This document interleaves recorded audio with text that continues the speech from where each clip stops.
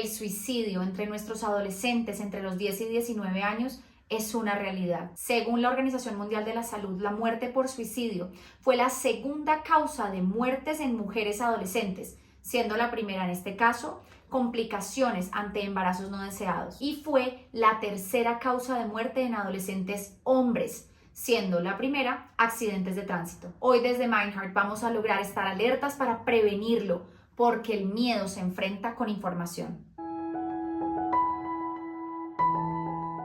Antes de empezar, quiero recalcar que la información aquí presentada está basada en el libro Cuando vivir duele, cómo prevenir y acompañar las autolesiones y el suicidio en la infancia y la adolescencia, de la autoría de 2 PhD en psicología, Lina María Saldarriaga y Diana María Budelo. Fue publicado en el 2021 por Editorial Planeta y les dejo en la descripción el link para que puedan comprarlo. Empecemos entonces con la primera pregunta.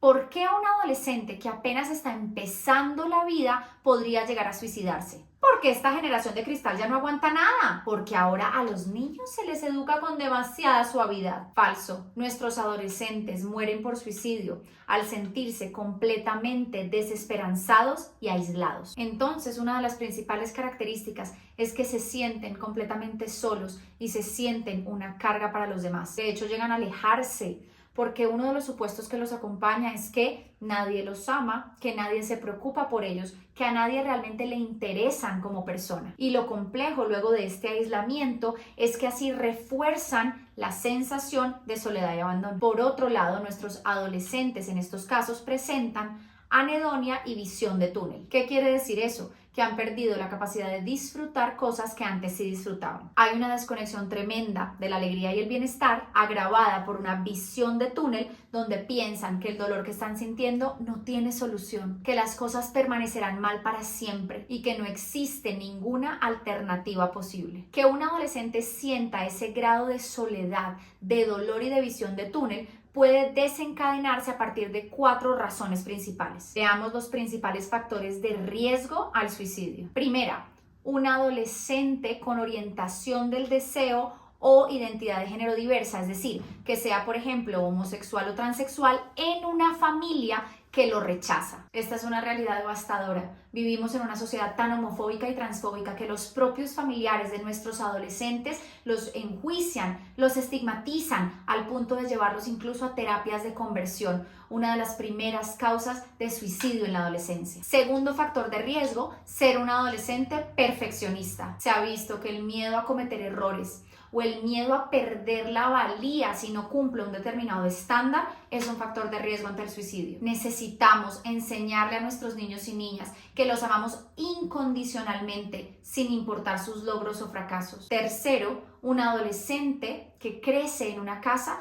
donde hay castigo físico, maltrato, abuso, amenazas o frases humillantes que le dan a entender que es una carga para la familia. Por ejemplo, usted no sirve para nada. Por ejemplo, estaríamos mejor sin usted. Por ejemplo, ¿qué hice para merecer esto? La crianza basada en la desaprobación, en el miedo y en el castigo deja una herida profunda. Y cuarto, por último, también están en riesgo nuestros adolescentes que están viviendo bullying o acoso escolar. Necesitamos acompañar a nuestros estudiantes para enseñarles asertividad y empatía, que son los factores claves para prevenir el bullying. Hasta aquí vimos entonces factores de riesgo, es decir, predisposiciones. Sin embargo, ¿cómo podemos ver las señales de alarma? ¿Cómo podemos identificar que un adolescente está en riesgo y necesita nuestra protección? Manuela, pero si el suicidio es inesperado, es inevitable, no lo podemos prevenir. Falso.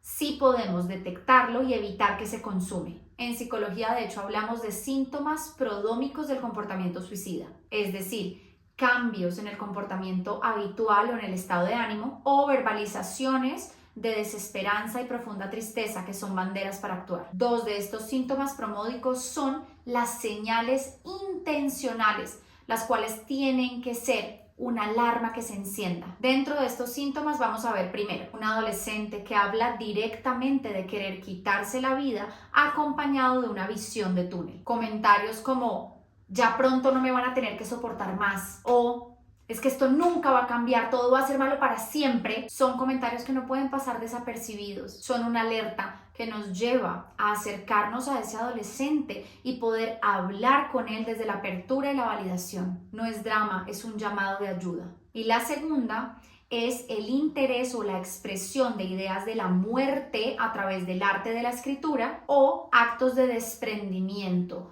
como regalar sus pertenencias, regalar su mascota, despedirse de familiares y amigos. Manuela, y si en este momento estoy viendo algunas de esas señales, ¿qué puedo hacer? Primero abre una conversación desde el amor, desde la cercanía, desde la conexión y busca que se sienta amado, visto, valorado. Estrecha ese vínculo y exprésale todo el amor que tienes por él o por ella. En paralelo e inmediatamente busca ayuda profesional con un psiquiatra y con un psicólogo que te ayuden a medir el nivel de riesgo y empezar inmediatamente tratamiento. Tu adolescente necesita obligatoriamente ayuda de un profesional de la salud, esto no es opcional. Y mientras entonces está en su tratamiento y mientras recibes mayores indicaciones de tu psicólogo o psiquiatra, procura que tu adolescente no esté solo y elimina del ambiente familiar objetos de riesgo como cuchillas, cuerdas, productos de limpieza o medicamentos. Para cerrar, como dicen las autoras, cito: visto de una manera muy simple,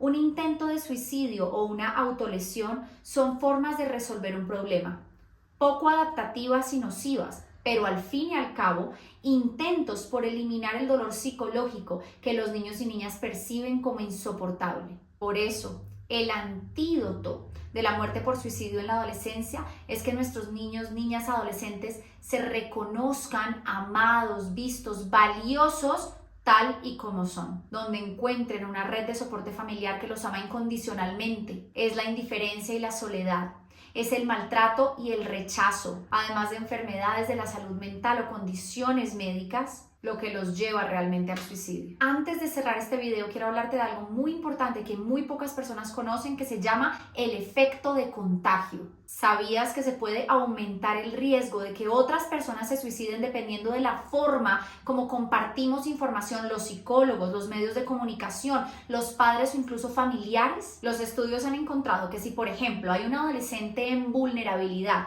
o que ha pensado con quitarse la vida y luego prende el televisor y escucha noticias detalladas de, por ejemplo, el contenido de las notas suicidas, información específica de cómo esa otra persona se quitó la vida o el lugar exacto en el que ocurrió, esa información se convierte en un aliciente que pone en riesgo a ese adolescente que lo está viendo. Si estamos hablando de muerte por suicidio, tenemos que hacer principal énfasis en los recursos de ayuda y dar información muy concreta y limitada frente al hecho. Como explican las autoras, cuando nos referimos directamente a un adolescente debemos evitar usar la frase "se suicidó", porque esta frase hace énfasis en el componente activo, en la acción activa. En cambio, es preferible decirle "tu compañero de clase murió por suicidio". Es importante que protejamos a otros adolescentes de este efecto de contagio. Por último, se ha encontrado que los altares para conmemorar u honrar a estos adolescentes que han muerto por suicidio en los contextos escolares, es decir, hacer un altar para honrar a esa persona en el colegio,